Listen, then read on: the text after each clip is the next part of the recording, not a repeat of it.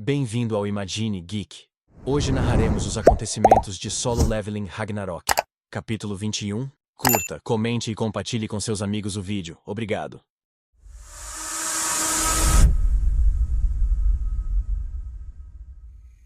No capítulo anterior, alheio ao perigo que o espreitava nas sombras, Lee Min-sung entrou em um carro preto elegante, com janelas escuras que o protegiam do mundo lá fora. A viagem foi suave. O silêncio no interior só era quebrado pelo leve ronco do motor. Logo, o veículo parou em frente a um hotel de luxo. Impecável, seguro e meticulosamente arrumado conforme suas preferências. A suíte havia sido preparada com antecedência. Comida refinada disposta com elegância, bebidas geladas na temperatura perfeita e a iluminação ajustada com precisão para acalmar e satisfazer. Sentado em um sofá macio com uma mulher deitada em seus braços, Min-sung exalava a aura de um homem intocável. A confiança irradiava dele enquanto soltava uma risada suave, divertido com sua própria genialidade. Ele rolava o celular despreocupadamente, lendo manchetes que o retratavam como um herói incompreendido. Artigos elogiavam os relatórios financeiros limpos da Guilda Ceifador, exaltavam sua sinceridade em público e até elogiavam sua suposta transparência, apesar da recente controvérsia envolvendo a Guilda Hiena. Mas a atmosfera mudou quando outra mulher entrou na suíte. Seu passo era confiante, sua presença afiada o suficiente para cortar a calma confortável do ambiente. Sem hesitação, ela fez um gesto para os outros, e, sem resistência, eles saíram em silêncio, deixando apenas os dois. Ela não perdeu tempo com gentilezas. Seu tom era direto, indo logo ao ponto ao expressar sua intenção de comprar um lote substancial de Stardust. Não havia sutileza em sua exigência, apenas a expectativa de que seria atendida. Min-sung, com os olhos ligeiramente semicerrados, a lembrou dos eventos recentes. A destruição de uma das fábricas havia interrompido o fluxo, e suas reservas estavam agora no limite. No entanto, a mulher não se abalou.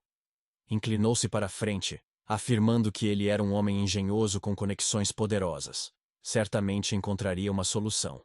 Sua confiança o irritou levemente, embora ele disfarçasse bem com um sorriso forçado. Por fim, Min-sung assentiu com relutância, concordando em falar com seu fornecedor, ainda que o peso da frustração estivesse evidente em sua postura rígida. Quando ela saiu e a porta se fechou, os pensamentos de Min-sung se voltaram para o único homem com quem ele não podia perder o contato. Aquele que gerenciava toda a distribuição e linha de produção.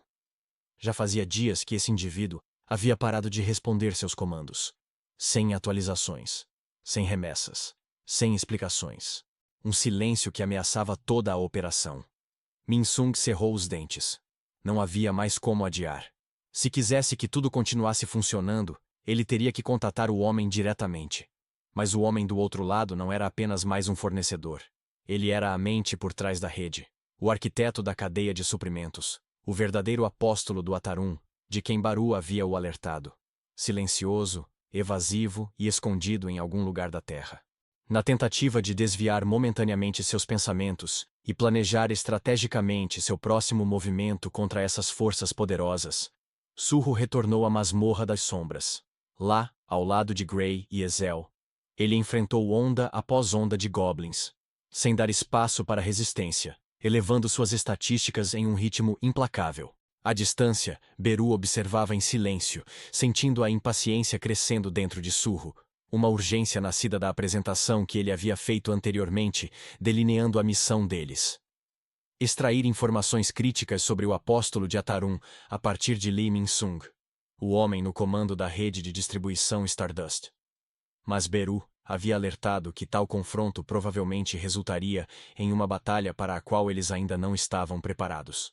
Analisando suas forças com cautela, Beru ofereceu sua avaliação. Surro estava no nível C. Gray, um pouco abaixo no nível D, e Ezel 2, também no nível C. Mesmo com Gray fundido à sua sombra, Surro mal conseguiria elevar seu poder ao nível B, e derrotar alguém como Min-sung, um caçador de nível A, era uma tarefa muito além de seu alcance atual. Surro refletiu sobre as palavras de Beru, e reconheceu sua veracidade. Caçar goblins tinha seus limites. Embora útil, já não parecia ser o caminho certo. Ele ansiava por um progresso mais rápido, mas as oportunidades para subir de nível eram escassas. Para crescer ainda mais, Surro sabia que teria que mergulhar em masmorras com monstros muito mais fortes. Mas, para um caçador de nível E como ele, isso era mais fácil falar do que fazer. De volta ao conforto de seu apartamento, os pensamentos de Surro giravam em torno das opções limitadas que tinha. As ofertas que recebia eram, em sua maioria, trabalhos braçais, escavações e coletas, sem esperança de ser incluído em equipes de ataque reais.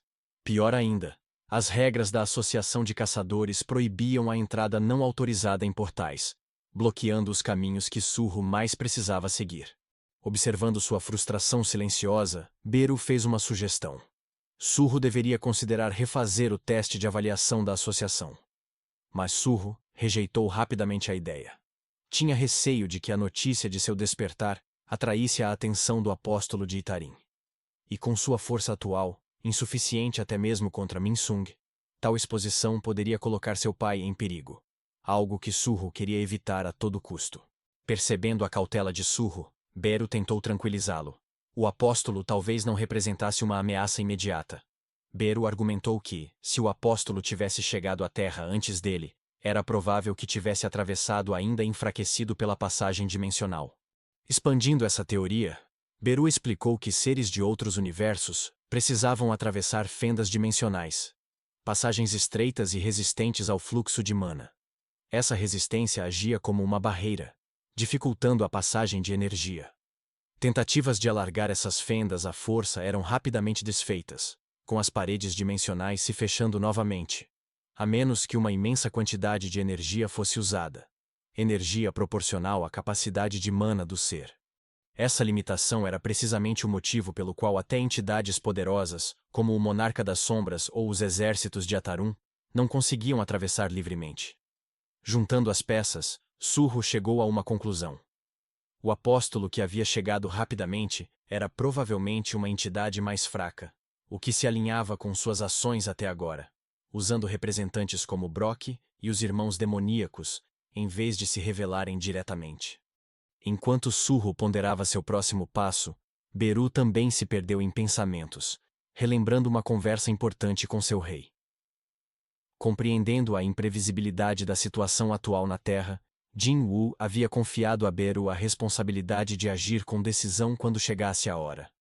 E, junto com essa confiança, também entregou uma chave misteriosa, algo que Jin Wu descreveu como uma ferramenta que levaria Beru a alguém capaz de ajudar Surro de inúmeras maneiras.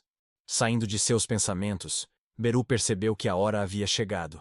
Mas antes que pudesse falar, Surro se levantou repentinamente, uma centelha de inspiração iluminando seu rosto. Sem dizer uma palavra, ele pegou seu telefone, confiante de que havia encontrado a resposta. Uma maneira de entrar em portais legalmente, sem violar as regras da associação ou atrair atenção indesejada. Mais tarde naquele dia, Surro estava diante da sede da Agin Soft, sentado em frente ao CEO da empresa seu tio, Yo Jinho. A voz de Yo Jinho transbordava de alegria ao ver seu sobrinho novamente, maravilhado com o quanto Surro havia crescido desde a última vez que se encontraram. Surro deu uma risadinha, minimizando a situação como se fosse apenas um crescimento rápido.